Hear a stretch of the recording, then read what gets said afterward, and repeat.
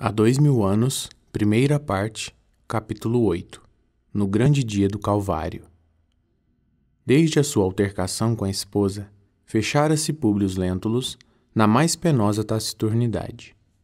Dolorosas suspeitas lhe vergastavam o coração impulsivo, acerca do procedimento daquela que o destino algemara ao seu espírito para sempre, no instituto da vida conjugal.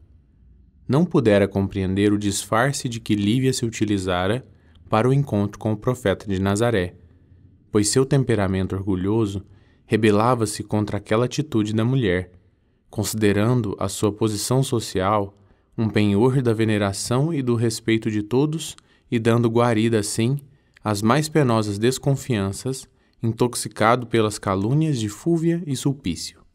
Algum tempo decorrera, e enquanto ele se enclausurava no seu mutismo e na sua melancolia, Lívia abroquelava-se na fé, nas palavras carinhosas e persuasivas do Nazareno.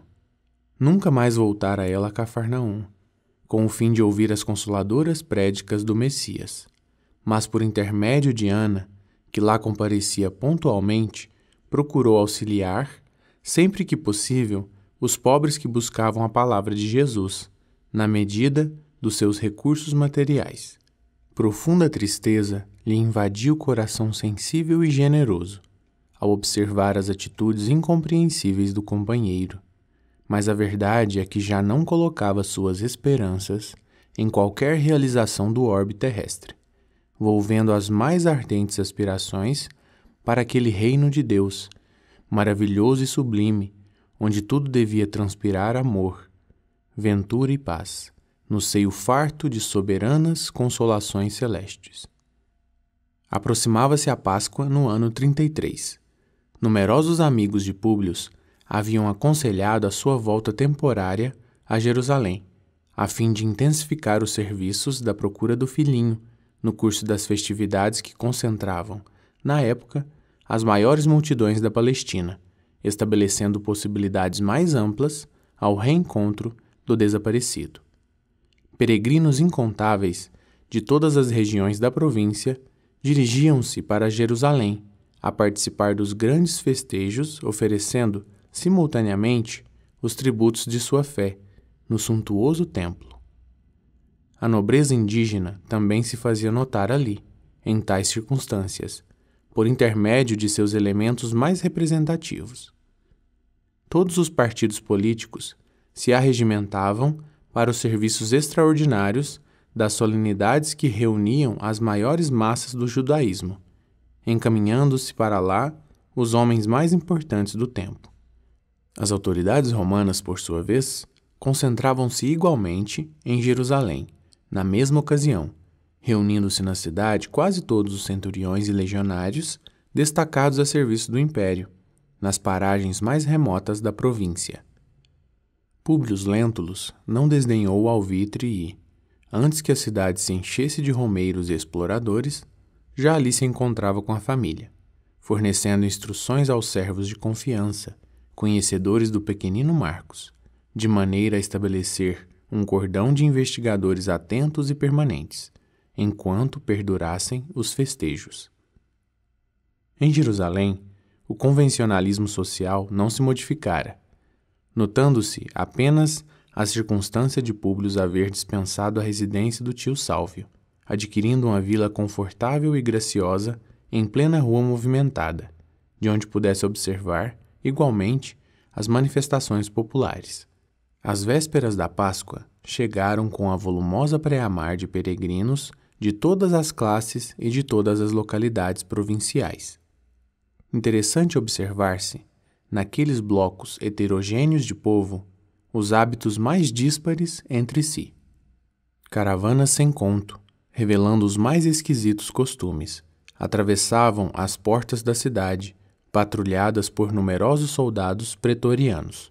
E ao passo que o senador fazia comparações de ordem econômica, social e política, observando as massas de povo que afluíam às ruas movimentadas, vamos encontrar Lívia, em palestra íntima, com a serva de sua amizade e confiança. Sabeis, senhora, que também o Messias chegou ontem à cidade? exclamava Ana com um raio de alegria nos grandes olhos. Verdade? Perguntou Lívia surpresa. Sim, desde ontem chegou Jesus a Jerusalém, saudado por grandes manifestações populares.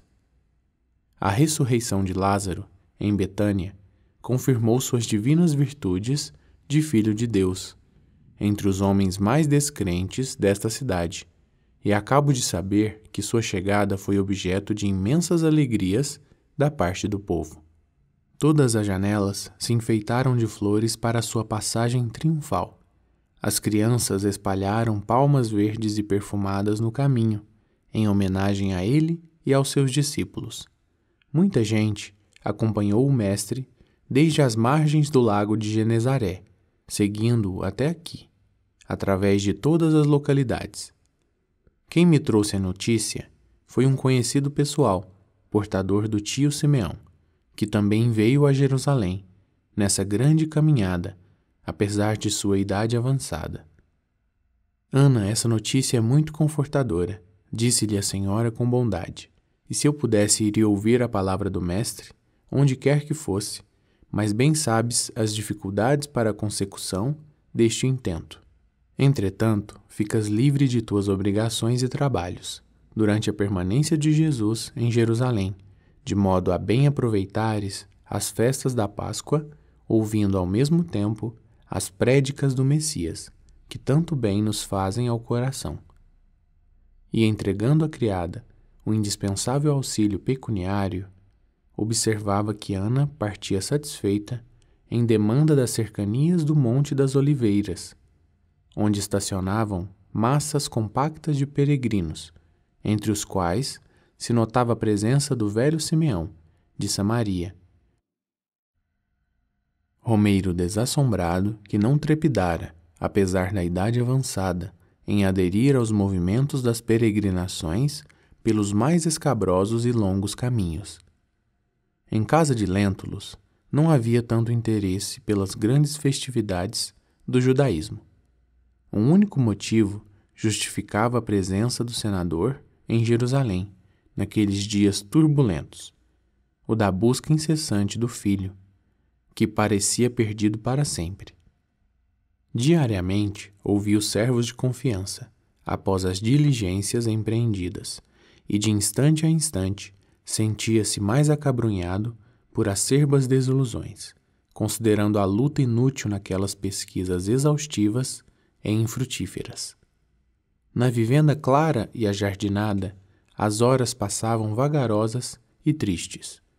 Embalde se movimentavam as ruas, patrulhadas por soldados e cheias de criaturas de todos os matizes sociais.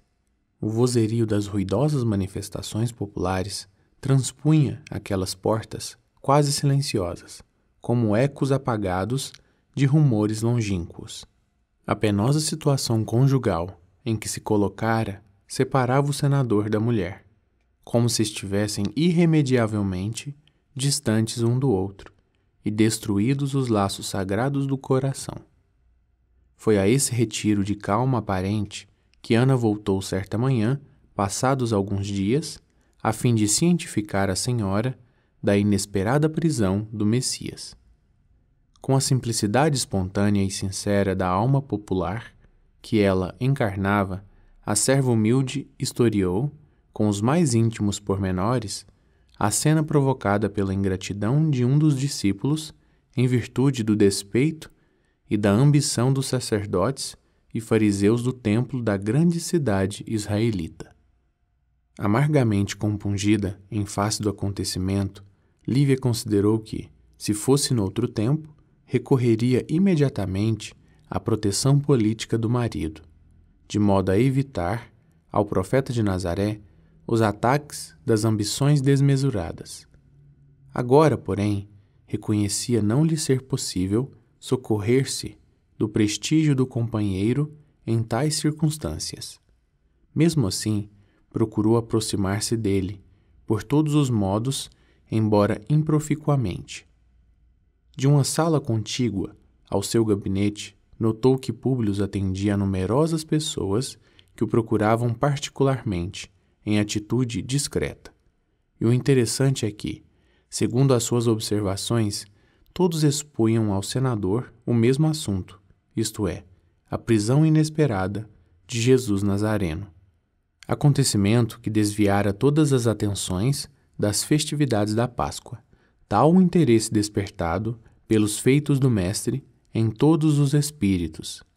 Alguns solicitavam a sua intervenção no processo do acusado.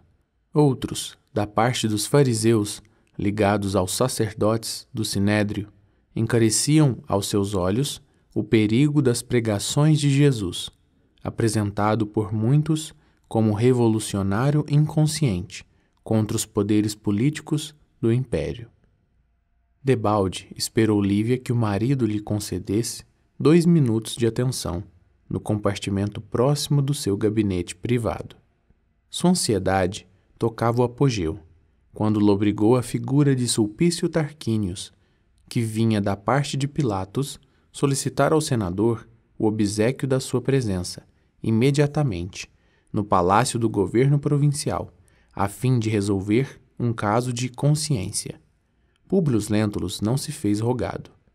Ponderando os deveres de homem de Estado, concluiu que deveria esquecer quaisquer prevenções da sua vida particular e privada, marchando ao encontro das obrigações que devia ao império. Lívia perdeu, então, toda a esperança de implorar-lhe auxílio para o mestre, naquele dia. Sem saber o porquê, intensa amargura invadia-lhe um mundo íntimo, e foi com a alma envolta em sombras que elevou ao Pai Celestial as suas preces fervorosas e sinceras, por aquele que seu coração considerava lúcido emissário dos céus, suplicando a todas as forças do bem livrassem o Filho de Deus da perseguição e da perfídia dos homens. Ao chegar à corte provincial romana, naquele dia inesquecível de Jerusalém, Públio Lentulus foi tomado de extraordinária surpresa. Pilatos recebeu-o com deferência e solicitude, conduzindo-o a um gabinete amplo, onde se reunia pequeno número de patrícios, escolhidos a dedo, em Jerusalém. O pretor Sálvio, funcionários de destaque, militares graduados e alguns poucos romanos civis, de nomeada que passavam eventualmente pela cidade, ali se aglomeravam, convocados pelo governador, que se dirigiu a Públio Lentulus nestes termos: Senador, não sei se tivestes ensejo de conhecer na Galiléia um homem extraordinário que o povo se habituou a chamar Jesus Nazareno. Esse homem foi agora preso, em virtude da condenação dos membros do Sinédrio, e a massa popular que o havia recebido nesta cidade com palmas e flores pede agora nesta praça o seu imediato julgamento por parte das autoridades provinciais, em confirmação da sentença proferida pelos sacerdotes de Jerusalém. Eu, francamente, não lhe vejo culpa alguma, senão a de ardente visionário de coisas que não posso ou não sei compreender. Surpreendo-me amargamente o seu penoso estado de pobreza. Neste comenos, penetraram na sala as 2 irmãs, Cláudia e Fúlvia, que tomaram assento nesse conselho íntimo de patrícios. Ainda esta noite, continuou Pilatos, apontando para a esposa, parece que os augúrios dos deuses se manifestaram para a minha orientação, pois Cláudia sonhou que uma voz lhe recomendava que eu não deveria arriscar minha responsabilidade no julgamento desse homem justo. Resolvi, portanto, agir em consciência, aqui reunindo todos os patrícios e romanos notáveis de Jerusalém, para examinarmos o assunto, de modo que o meu ato não prejudique os interesses do império, nem colida com o meu ideal de justiça. Que dizeis, pois, dos meus escrúpulos, na qualidade de representante direto do Senado e do Imperador entre nós, neste momento? Vossa atitude, respondeu o senador, compenetrado de suas responsabilidades, revela o máximo critério nas questões administrativas. E, recordando no íntimo Os bens que havia recebido do profeta com a cura da filhinha, embora as dúvidas levantadas por seu orgulho e vaidade, continuou. Conheci de perto o profeta de Nazaré, em Cafarnaum, onde ninguém o tinha na conta de conspirador ou revolucionário. Suas ações ali eram as de um homem superior, caridoso e justo, e jamais tive conhecimento de que sua palavra se erguesse contra qualquer instituto social ou político do império. Certamente, alguém o toma aqui como pretendedor à autoridade política da Judéia, cevando-se do seu nome as ambições e o despeito dos sacerdotes do templo. Mas já que guardais no coração os melhores escrúpulos, por que não enviais o prisioneiro ao julgamento de Antipas, a quem, com mais propriedade, deve interessar a solução de semelhante assunto, representando nestes dias o governo da Galiléia, que aqui em Jerusalém acho que ninguém, melhor que Herodes, pode resolver em sã consciência um caso como este, considerando-se a circunstância de que julgará um compatrício seu, já que não vos julgais de posse de todos os elementos para proferir sentença definitiva nesse processo insólito. A ideia foi unanimemente aceita, sendo o acusado conduzido à presença de Herodes Antipas, por alguns centuriões, obedecendo-se rigorosamente às determinações de Pilatos nesse sentido. Todavia, no palácio do tetrarca da Galiléia, foi Jesus de Nazaré recebido com profundo sarcasmo. Apelidado pela gente simples como Rei dos Judeus e simbolizando a esperança de certas reivindicações políticas para numerosos de seus seguidores, entre os quais se incluía o famoso discípulo de Queriote, o mestre de Nazaré foi tratado pelo príncipe de Tiberíades como vulgar conspirador, humilhado e vencido. Antipas, porém, para fazer sentir ao procurador da Judéia a conta de ridículo em que tomava os seus escrúpulos, mandou que se tratasse o prisioneiro com o máximo de ironia. Vestiu-lhe uma túnica alva, igual à indumentária dos príncipes do tempo, colocando-lhe nos braços uma cana imunda à guisa de cetro, e coroou-lhe a fronte abatida com a auréola de venenosos espinhos, devolvendo-o à sanção de Pilatos, no turbilhão de gritarias da populaça exacerbada. Muitos soldados romanos cercavam o acusado, protegendo-o das investidas da massa furiosa e inconsciente. Jesus, trajando por irrisão a túnica da realeza, coroado de espinhos e empunhando uma cana como símbolo do seu reinado no mundo, deixava transparecer nos olhos profundos indefinível melancolia.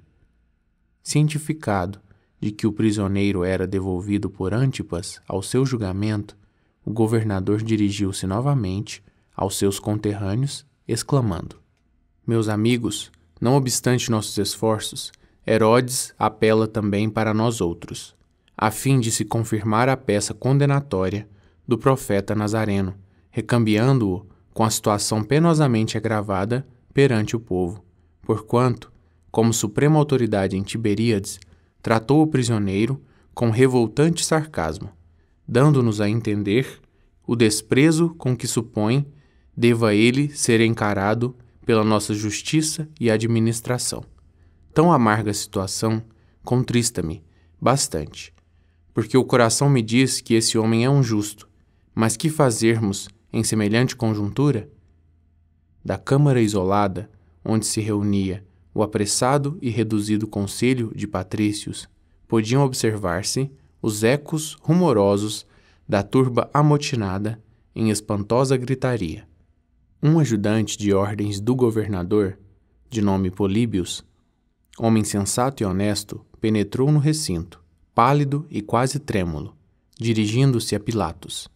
Senhor governador, a multidão enfurecida ameaça invadir a casa, se não confirmardes a sentença condenatória de Jesus Nazareno, dentro do menor prazo possível.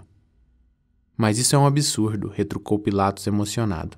E afinal, que diz o profeta em tais circunstâncias? Sofre tudo sem uma palavra de recriminação e sem um apelo oficial aos tribunais de justiça? Senhor, replicou Políbios igualmente impressionado, o prisioneiro é extraordinário na serenidade e na resignação. Deixa-se conduzir pelos algozes com a docilidade de um cordeiro e nada reclama, nem mesmo o supremo abandono em que o deixaram quase todos os diletos discípulos da sua doutrina. Comovido com os seus padecimentos, fui falar-lhe pessoalmente e, inquirindo-o sobre os seus martírios, afirmou que poderia invocar as legiões de seus anjos e pulverizar toda Jerusalém dentro de 1 minuto, mas que isso não estava nos desígnios divinos, e sim a sua humilhação infamante, para que se cumprissem as determinações das Escrituras.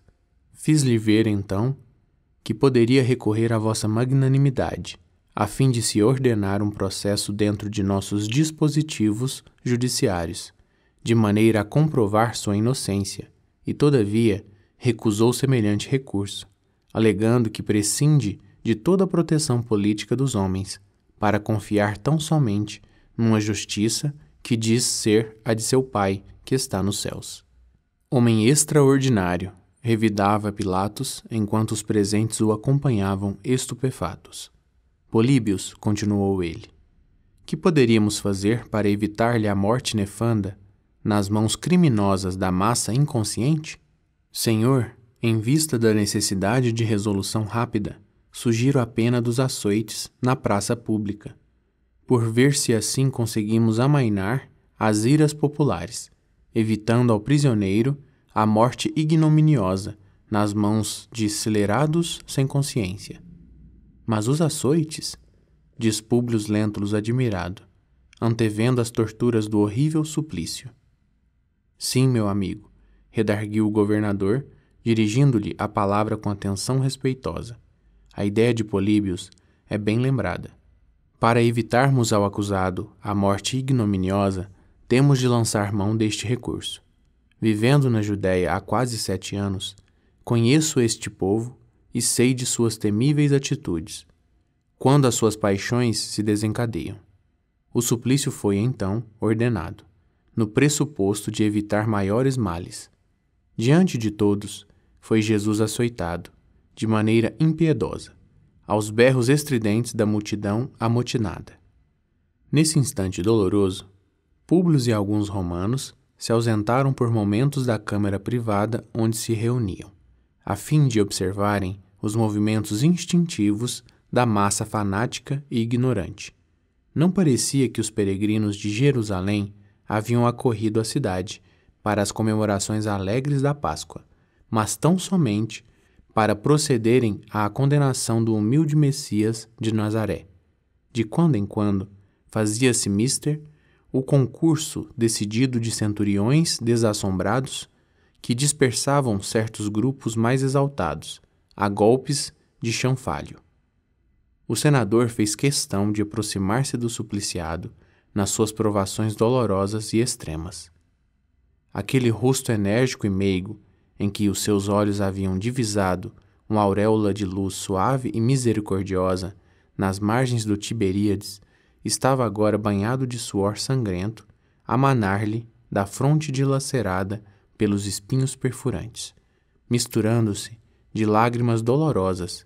Seus delicados traços fisionômicos pareciam invadidos de palidez angustiosa e indescritível.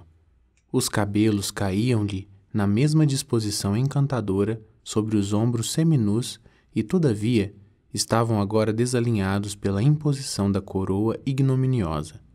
O corpo vacilava, trêmulo, a cada vergastada mais forte, mas o olhar profundo saturava-se da mesma beleza inexprimível e misteriosa, revelando amargurada e indefinível melancolia. Por um momento, seus olhos encontraram os do senador, que baixou a fronte, tocado pela imorredoura impressão daquela sobre-humana majestade. Públio Lentulus voltou intimamente compungido ao interior do palácio, onde daí a poucos minutos retornava Políbios, cientificando o governador de que a pena do açoite não havia saciado, infelizmente, as iras da população enfurecida, que reclamava a crucificação do condenado. Penosamente surpreendido, exclamou o senador, dirigindo-se a Pilatos com intimidade: Não tendes, porventura, algum prisioneiro com processo consumado que possa substituir o profeta em tão horrorosas penas? As massas possuem alma caprichosa e versátil, e é bem possível que a de hoje se satisfaça com a crucificação de algum criminoso, em lugar desse homem, que pode ser um mago ou visionário, mas é um coração caridoso e justo. O governador da Judéia concentrou-se por momentos, recorrendo à memória, com o fim de encontrar a desejada solução. Lembrou-se então de Barrabás, personalidade temível, que se encontrava no cárcere aguardando a última pena, conhecido e odiado de todos pelo seu comprovado espírito de perversidade, respondendo afinal: Muito bem, temos aqui um celerado, no cárcere, para alívio de todos, e que poderia com efeito substituir o profeta na morte infamante. E mandando fazer o possível silêncio de uma das eminências do edifício, ordenou que o povo escolhesse entre o bandido e Jesus. Com grande surpresa de todos os presentes, a multidão bradava com sinistro alarido, numa torrente de impropérios: Jesus, Jesus, absolvemos Barrabás, condenamos a Jesus, crucificai-o, crucificai-o. Todos os romanos se aproximaram das janelas, observando a inconsciência da massa criminosa no ímpeto de seus instintos desencadeados. Que fazer diante de tal quadro? Perguntou Pilatos emocionado ao senador que o ouvia atentamente. Meu amigo, respondeu Públio com energia, se a decisão dependesse tão somente de mim, fundamentá-la-ia em nossos códigos judiciários, cuja evolução não comporta mais uma condenação tão sumária como esta, e mandava dispersar a multidão, inconsciente, à pata de cavalo. Mas considero que as minhas atribuições transitórias, junto ao vosso governo, não me outorgam direito a tais desmandos, e, além disso, tendes aqui uma experiência de 7 anos consecutivos. De minha parte, suponho que tudo foi feito para que as decisões não fossem precipitadas. Antes de tudo, o prisioneiro foi enviado ao julgamento de Antipas, que complicou a situação diante da populaça irresponsável, dentro das suas infelizes noções da tarefa de um governo, deixando-vos a responsabilidade da última palavra sobre o assunto. Em seguida, determinastes o suplício do açoite para satisfazer ao povo amotinado, e agora acabais de indicar outro criminoso para a crucificação, em lugar do acusado. Tudo inutilmente. Como homem, estou contra este povo inconsciente e infeliz, e tudo faria por salvar o inocente. Mas como romano, acho que uma província como esta não passa de uma unidade econômica do império, não nos competindo a nós outros o direito de interferência nos seus grandes problemas morais e presumindo, desse modo, que a responsabilidade desta morte nefanda deve caber agora, exclusivamente, a essa turba ignorante e desesperada, e aos sacerdotes ambiciosos e egoístas que a dirigem. Pilatos enterrou a fronte nas mãos, como a refletir maduramente naquelas ponderações. Mas antes que pudesse externar sua opinião, eis que Políbios aparece aflito, exclamando em atitude discreta: Senhor governador, é preciso apressar vossa decisão. Espíritos maldizentes começam a duvidar da vossa fidelidade aos poderes de César, compelidos pela intriga dos sacerdotes do templo, colocando a vossa dignidade em terreno equívoco para todos. Além disso, a populaça tenta invadir a casa, tornando-se necessário assumir atitude decisiva, sem perda de 1 minuto. Pilatos ficou rubro de cólera, diante de semelhantes injunções, exclamando irritado, como se estivesse sob o jugo do mais singular dos determinismos: Está bem, lavarei as mãos deste ignominioso delito, o povo de Jerusalém será satisfeito. E, procedendo a esse ato que o celebrizaria para sempre, dirigiu algumas palavras ao condenado, mandando em seguida recolhê-lo a uma cela, onde pudesse permanecer alguns minutos sem as grosseiras investidas da turba impiedosa, antes que a multidão o conduzisse ao Gólgota, que na linguagem usual deverá ser traduzido por lugar da caveira.